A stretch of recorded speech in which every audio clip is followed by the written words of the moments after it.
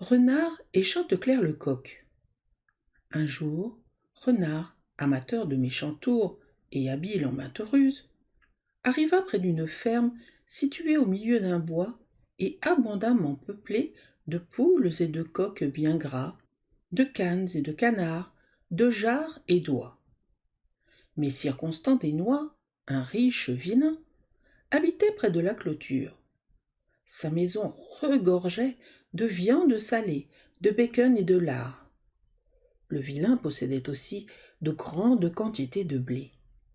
Ses vergers donnaient en abondance cerises, pommes et quantité d'autres fruits. Le jardin était entouré d'une solide clôture de pieux de chêne recouvert d'une haie d'aubépine. C'est là que messire Constant tenait ses poules en lieu sûr. Renard s'approche doucement de la clôture, mais les épines entrelacées l'empêchent de franchir la palissade. Il ne sait comment rejoindre les poules. S'il quitte l'endroit où il se tient accroupi, ou s'il tente de bondir au-dessus de la barrière, on le verra et, pendant que les poules se cacheront dans les épines, il sera pris avant d'avoir attrapé quoi que ce soit. Renard est très inquiet. Il ne sait comment attirer l'attention des poules qui mangent devant lui. Il a beau se baisser, se redresser, rien n'y fait. Enfin, dans la clôture, il découvre un pieu brisé qui lui permet d'entrer facilement. Il s'élance et tombe dans une plate-bande de choux que le vilain avait plantée là. Les poules, qui l'ont vu tomber, se dépêchent de se sauver. À cet instant précis, messire Chanteclair revenait d'une reconnaissance de l'autre côté de la haie. Fièrement, il s'avança à la rencontre des poules, la plume baissée, le cou tendu, et leur demande: Pourquoi cette hâte à regagner la maison? Pinte, la plus sage de toutes, celle qui pond les plus gros œufs, se chargea de la réponse. C'est que nous avons eu bien peur. Et de quoi? Qu'avez-vous vu? Une bête sauvage qui nous fera du mal si nous ne quittons pas cet enclos. Allons, dit le coq, ce n'est rien. N'ayez pas peur. Restez ici tranquillement. Oh, tenez, cria Pinte. Je viens encore de l'apercevoir, je vous le jure. Vous? Oui, j'ai vu remuer la haie et trembler les feuilles de chou sous lesquelles il est caché. Taisez-vous, sotte que vous êtes, dit fièrement Chanteclair.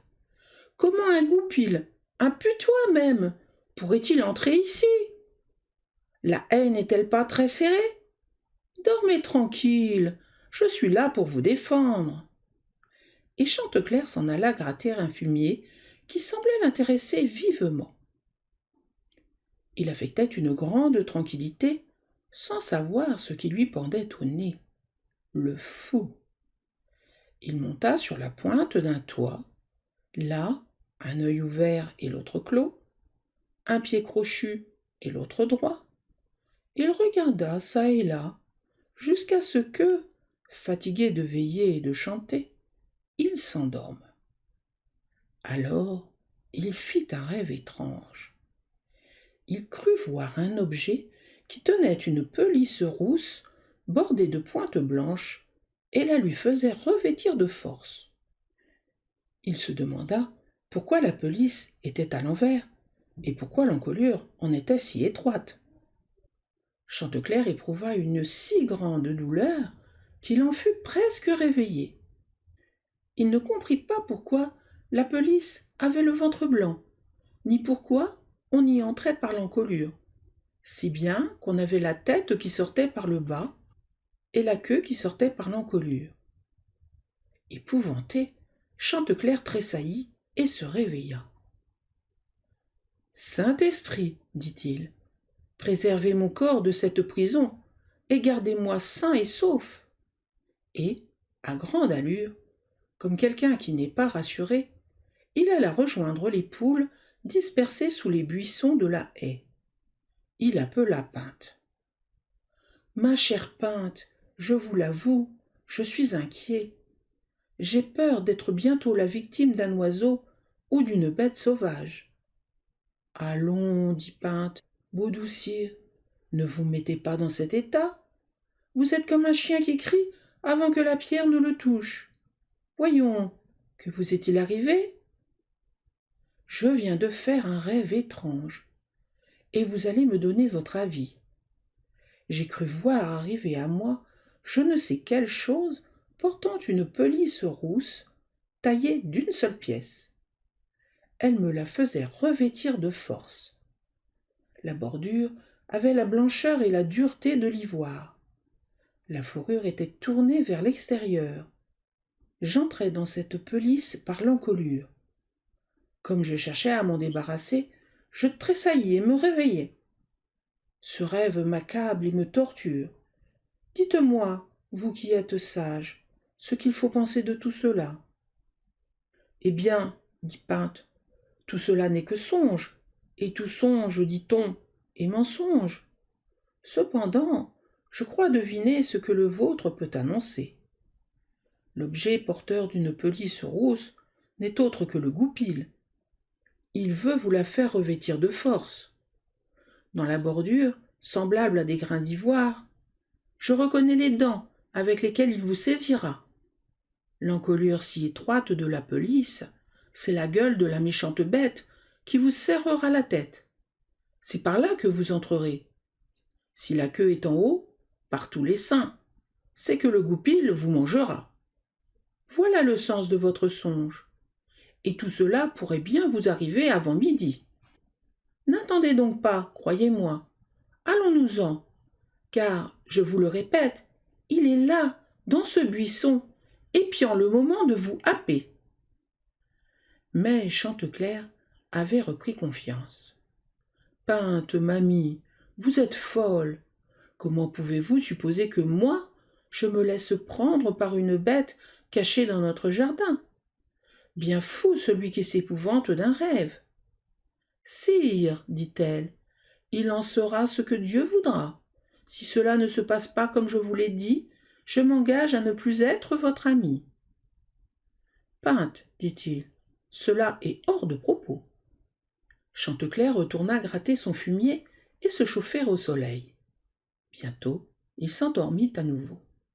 Quand Renard pensa qu'il était bien endormi, admirez sa prudence et sa ruse, il mit doucement un pas devant l'autre, puis s'élança pour le happer d'un seul bond. Mais Chanteclair reconnut Renard. Il fit un saut de côté et s'installa sur le fumier. Renard vit avec dépit qu'il avait manqué le coq et chercha comment le récupérer. S'il ne le mangeait pas, il aurait perdu son temps. « Ah, Chanteclair, dit-il de sa voix la plus douce, ne vous enfuyez pas, n'ayez pas peur. Laissez-moi vous dire comme je suis heureux de vous voir en bonne santé, car vous êtes mon cousin Germain. » Pour montrer qu'il n'avait pas peur, Chanteclair entonna une chanson. « Oui, c'est bien chanté, dit Renard, mais vous souvenez-vous du bon Chanteclin qui vous a mis au monde? Ah, c'est lui qu'il fallait entendre. Jamais personne de sa race ne chantera comme lui. Il avait, je m'en souviens, la voix si haute, si claire, qu'on l'écoutait une lieue à la ronde, et pour prolonger les sons, il lui suffisait d'ouvrir la bouche et de fermer les yeux. « Cousin, dit alors Chanteclair, vous vous moquez. »« Mais non, mon ami, chantez sans crainte, clignez l'œil. Nous sommes d'une même chair et d'un même sang. J'aimerais mieux perdre une patte que de vous voir dans la peine, car vous êtes mon très proche parent. » « Puis-je me fier à vos paroles, dit Chanteclair. Éloignez-vous un peu, et je vous chanterai un air. Il n'y aura pas un seul de mes voisins dans les environs qui n'entende mon fausset. » Renard se mit à sourire. « Allons, chantez à voix haute. Je saurai bien si vous êtes réellement fils de mon bon oncle Chanteclin. Le coq commença un air, un œil ouvert, l'autre fermé, car il craignait Renard. Franchement, dit Renard, cela n'a rien de remarquable. Chanteclin chantait autrement. Dès qu'il avait fermé les yeux, il prolongeait les traits si bien qu'on l'entendait bien au-delà de l'enclos. Franchement, mon pauvre ami, vous n'en approchez pas. Chanteclair crut qu'il dit vrai. Il laissa aller sa mélodie, les yeux fermés, de toutes ses forces.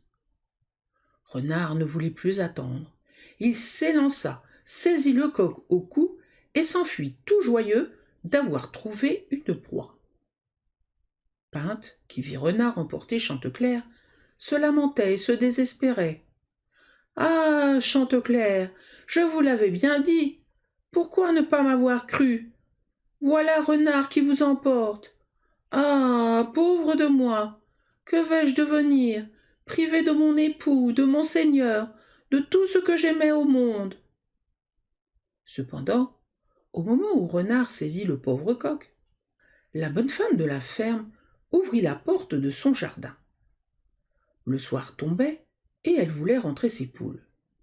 Elle appela Pinte, Bise, Roussette. Personne ne répondit. Elle leva les yeux et vit Renard emportant Chanteclair à toutes jambes. « Haro, haro !» s'écrie-t-elle. « Au renard, au voleur !» Et les vilains accoururent de tous côtés. « Qu'y a-t-il? Pourquoi ces cris ?»« Haro !» crie de nouveau la femme. « Le goupil emporte mon coq !»« Et pourquoi, méchante femme, dit Constant Desnois, l'avez-vous laissé faire ? Parce qu'il n'a pas voulu m'attendre. Il fallait le frapper. Avec quoi? Avec votre bâton. Il courait trop vite. Même vos chiens bretons ne l'auraient pas rejoint. Par où est-il parti? De ce côté. Renard franchissait alors les haies.